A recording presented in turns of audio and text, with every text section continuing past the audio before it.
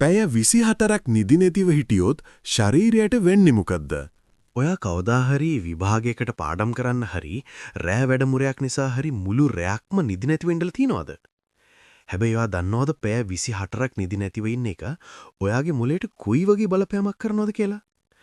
විද්‍යාත්මකව බැලුවොත් ඒක හරියට මත්පැන් පානය කරලා සිහිය විකල් වුණා වගේ වැඩක්.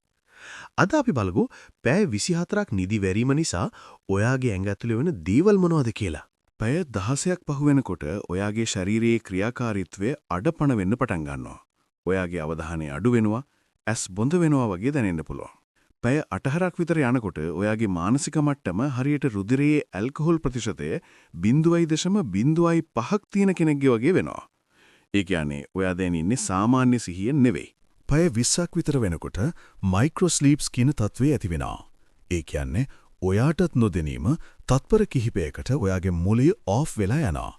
ඔයා පාරේ වාහනයක් පදවනවා නම් හු මැෂින් එක ක්‍රියාත්මක කරනවා නම් මේ තත්ත්වේ ජීවිත අවදානමක් වෙන්න පුළුවන්. දැන් පැය 24ම ඉවරයි. ඔයාගේ ඇඟ දැන් තියෙන්නේ දැඩි ආතතියක. සිරුරේ කොටිසෝල් කියන ආතති හෝමෝනය ඉහළ යනවා. ප්‍රතිශක්තිතරණ පද්ධතිය දුර්වල වෙනවා. ඒ වගේම ඔයාගේ මතකය පාලනය කරන මොළේ කොටස හිපොකැම්පස් අඩපණ වෙනවා. ඒ නිසා අලුත් දෙයක් ඉගෙන ගන්න එක මේ වෙලාවේදී කල නොහැකි දෙයක්. නින්ද කියන්නේ නිකම්ම විවේකයක් නෙවෙයි. ඒක ඔයාගේ මොළය පිරිසිදු කරන සහ රීසෙට් කරන ක්‍රියාවලියක්. ඒ නිසා මීළඟ වතාවේ රෑ නිදිමරන්න කලින් දෙපාරක් හිතන්න. මේ වගේ වැදගත් තොරතුරු දිගටම දැනගන්න අපේ channel එක subscribe කරන්න.